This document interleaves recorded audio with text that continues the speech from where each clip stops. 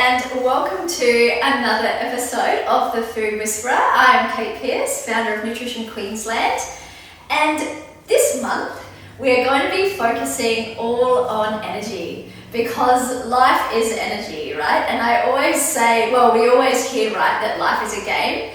And the more and more I go through life and the older I get and the things that happen, I kind of really believe that life is a game.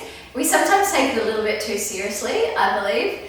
And but in saying that, yes, life is a game, but we need the energy to play, right? Because there's ups, there's downs, there's challenges, there's amazing things, but we certainly need the energy to play it. So is it a game? Yes, but we do need energy. So this month, I thought I would focus predominantly around energy and how we can increase our energy. So if you follow me on social media, my Instagram page is nutrition_Queensland, and I'm going to be doing lots of reels and posts on that this month, all about increasing our energy.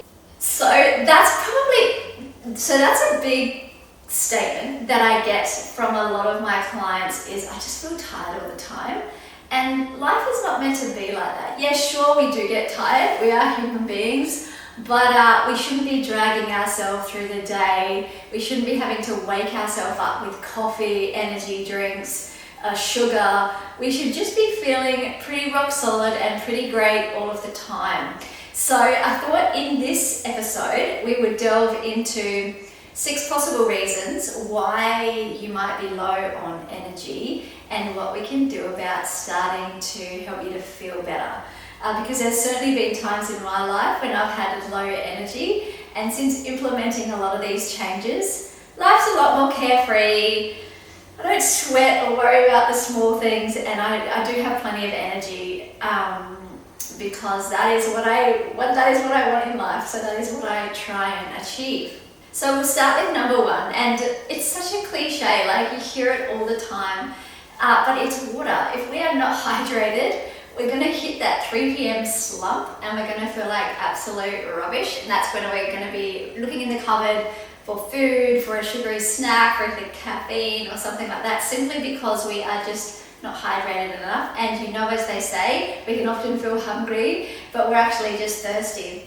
So I aim for at least 2 litres of water a day. I'm not a big person, so I don't need heaps and heaps, but 2 to 3 litres, at least 2 litres a day, we should all be aiming for, and maybe even 3, and it just makes such the world of difference. You can even add a little bit of really good quality sea salt into your water because it helps. It's probably the cheapest way to get in minerals and vitamins into your body, and it also helps with energy. If we don't have enough sodium and magnesium, which is found in salt, we feel depleted. So a little bit of sprinkling of sea salt, beautiful sea salt in your water or under your tongue before you have a sip, game changer.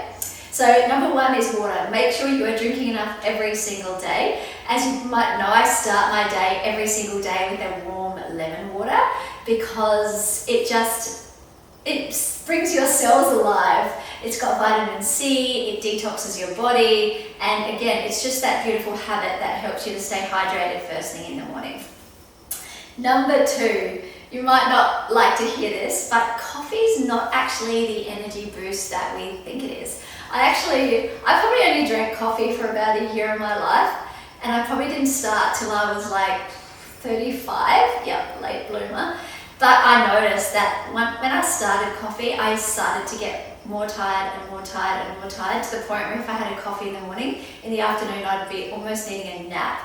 And that's because it just messed with my adrenals and my cortisol so much. Like I got that little kick from it, but then I really crashed after it. So these days, people laugh when they go out for a coffee with me, but I just get a half-strength decaf. I know it sounds ridiculous, but I do love the taste of coffee. I don't like it too strong, but I definitely steer away from the caffeine side of it, because I can even feel it in the decaf. I'm just super sensitive. And is decaf the best? No, it's been stripped of caffeine through a chemical process, so there's chemicals in it. But it's just something I like to do here and there, is have a decaf coffee. So coming back to why coffee is not the energy boost that you think it is, Caffeine actually just blocks a chemical in our brain called adenosine. And adenosine slowly builds up in the day to make us fall sleepy at night, which is beautiful, right? But when we're drinking the caffeine, it's simply just blocking that chemical. So we're just awake and we're alert. And that's why I always say it can make you feel anxious. It can make you feel even a bit depressed. It can raise your cortisol. It can raise which is your stress hormone. As I said, your adrenaline. And so therefore, if we have all these stress hormones going up and up, it just depletes us even further and we crash even harder.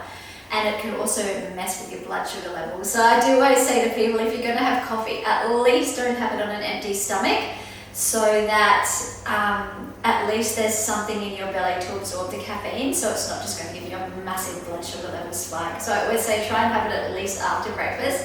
But honestly, give it a few days a week where you don't have it, and it's a good test to see if you're truly addicted to it and if you actually do need it. Like if you get a headache or you start to get withdrawals, it's not really a good sign, because like your body is totally addicted to it and you're relying on it. So do a little test with yourself. Without fail, I pretty much have a green tea in the morning because I just love it.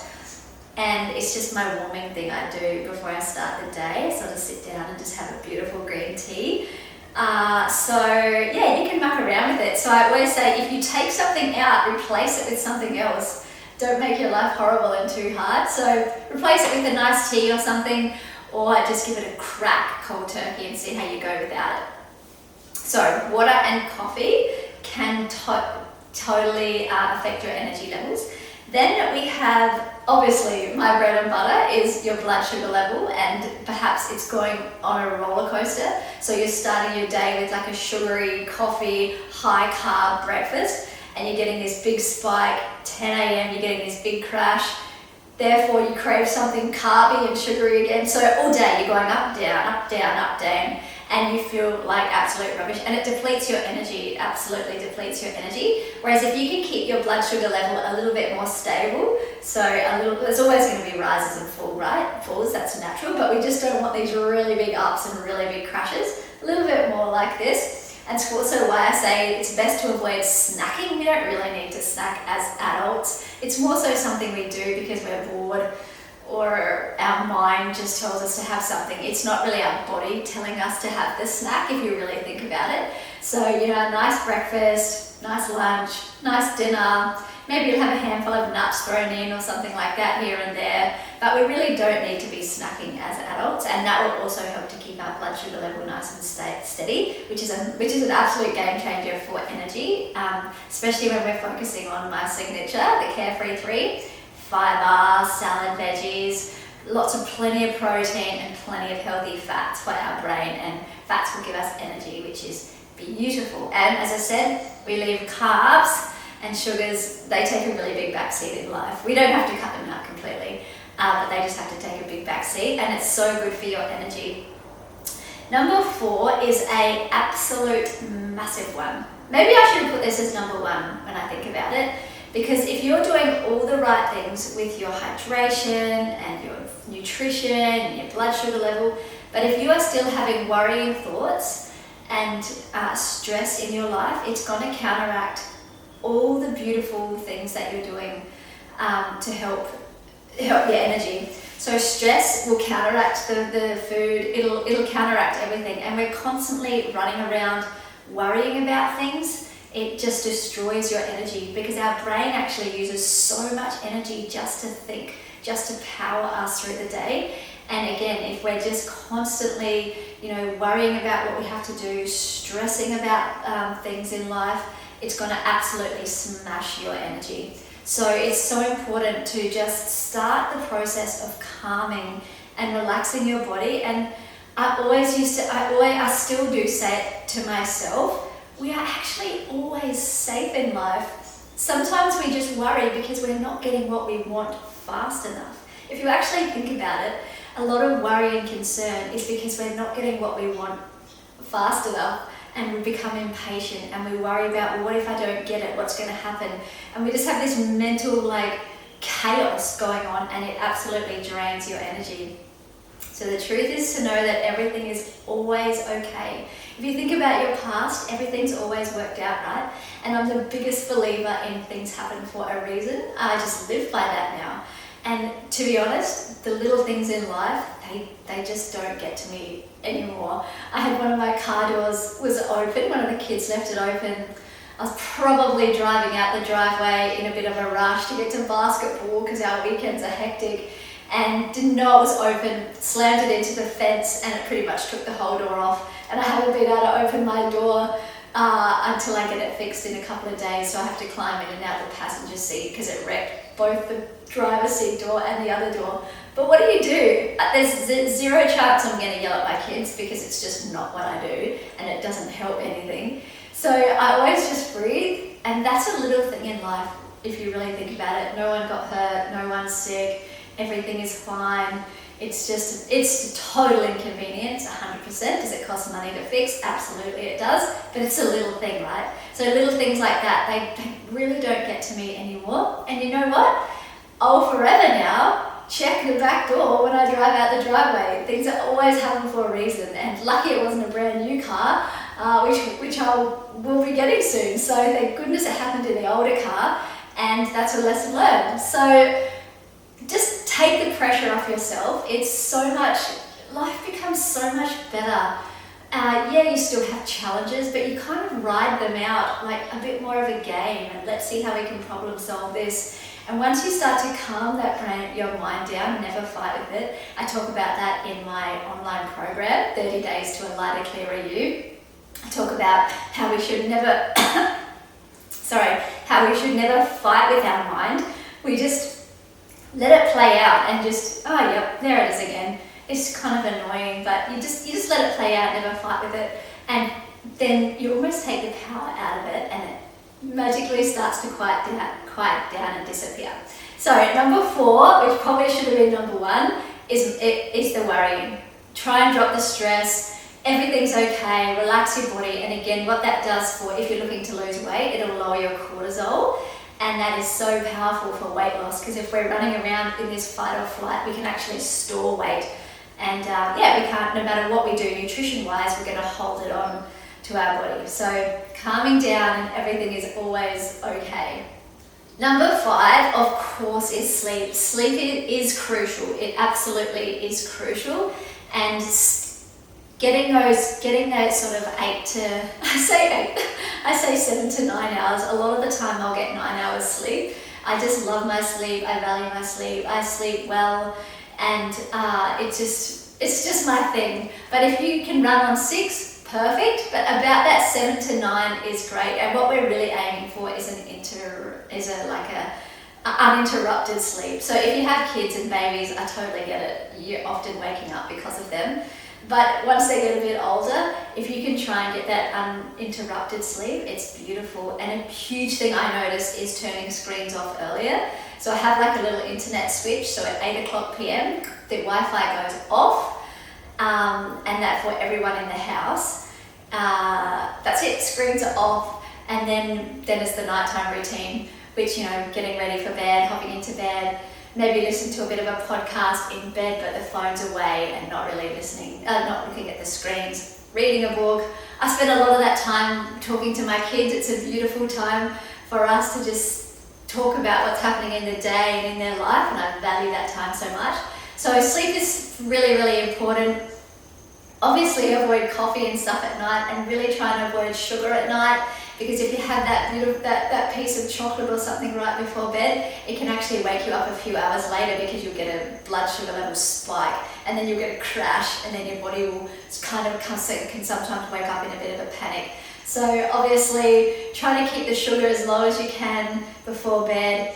Do whatever you want to do, but screens is an absolute massive one for getting good quality sleep. And number 6, which is probably one of my favorites and very much something that I prioritize, is just having more fun, being more playful, getting outdoors in nature, and obviously moving your body. Your body is designed to move, and it loves it. So I have a few little routines. So every Wednesday, I tend to go up Castle Hill. So there's a hill in Townsville, like a big rock. And I love rocks. I love climbing rocks. I used to do a lot of rock climbing. And I go up there and watch the sunrise. I probably do a beach walk Tuesday mornings, often on the out adventuring with my kids on a weekend, taking the paddle boards out, going for a walk somewhere. It doesn't have to be crazy long. It could just be a 1 hour, couple of hours. I obviously prioritize catching up with friends. I love people. I do love my own space as well, but I also do love people. So I thrive off the energy of people and I love it. So I always make an effort to see people, just be doing something that I love. Lots of exercise. I go to the gym. I love to feel strong. I think feeling strong is obviously not just about looking muscly or looking good, but just to be able to do the little mundane things in life easily. Like sometimes I pick the petrol bowser up, like put it in, I'm like, damn, I feel strong. Like it's just little things that make life so much easier. Gardening, things like that. So just being a bit more playful in life. Again, that comes back to life is a game, not taking it too seriously, and finding things that you love to do. And sunlight, obviously, so important. Getting away from the screens and just having that downtime, chill time outdoors in nature is absolutely beautiful. So they are my 6 strategies to helping you with your energy. From the top, we got making sure you're hydrated, having enough water, making sure that you're not relying too much on caffeine or on energy drinks for energy, because just remember, it's fake energy. Same with sugar, it's fake energy. It feels like it gives you a hit, but it actually doesn't, and it will make you crash harder afterwards. Number 3 is obviously our blood sugar, making sure our blood sugar is not on this crazy roller coaster. And the way we help that is, again, limiting snacking and really backing off on the carbs and sugar. And number 4 is, again, calming that mind down, not taking life too seriously, not sweating about the small stuff, not being impatient in life and worried that you're not getting what you want, not worrying about things that haven't happened yet, because a lot of the time they never happen. So really holding our mind accountable for being mean to us. You know, sometimes it can say things that are mean. So really just checking that mind back in and relaxing your body, knowing that everything is okay. Number 5 is, what is number 5? Sleep. Really turning those screens off early, not doom scrolling, not watching Netflix till 11 o'clock at night, really getting that high quality sleep. You can take a beautiful magnesium as well. And obviously play, movement, having fun, getting out in nature, massively important. And if you implement these six things, life does become a whole lot easier. Challenges always are going to come up, but life does get more beautiful and it does get easier. Allow yourself to rest when you want to rest. Who cares? Have a rest. Don't feel guilty about it. And just have a beautiful time in life. And if you're really interested in learning more about how to, learn about your mind and preparing your kitchen and staying organized, because I think that's a massive thing to lowering stress, is making sure you're organized and you don't have things piling up on you.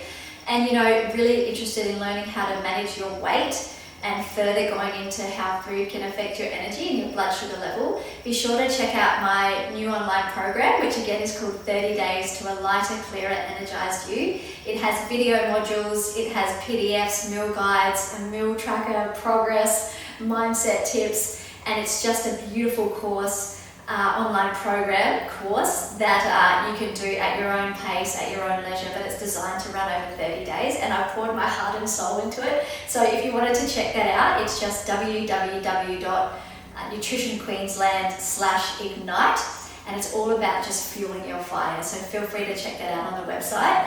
And other than that, I hope you have a beautiful day. I'm really aiming to do a podcast every week, but life does get busy, as you know, and it's just fitting it in. But it really is my aim, and so I hope you all have a beautiful day wherever you're listening from. Remember to just not take life too seriously. Everything's always beautiful. Everything is working out.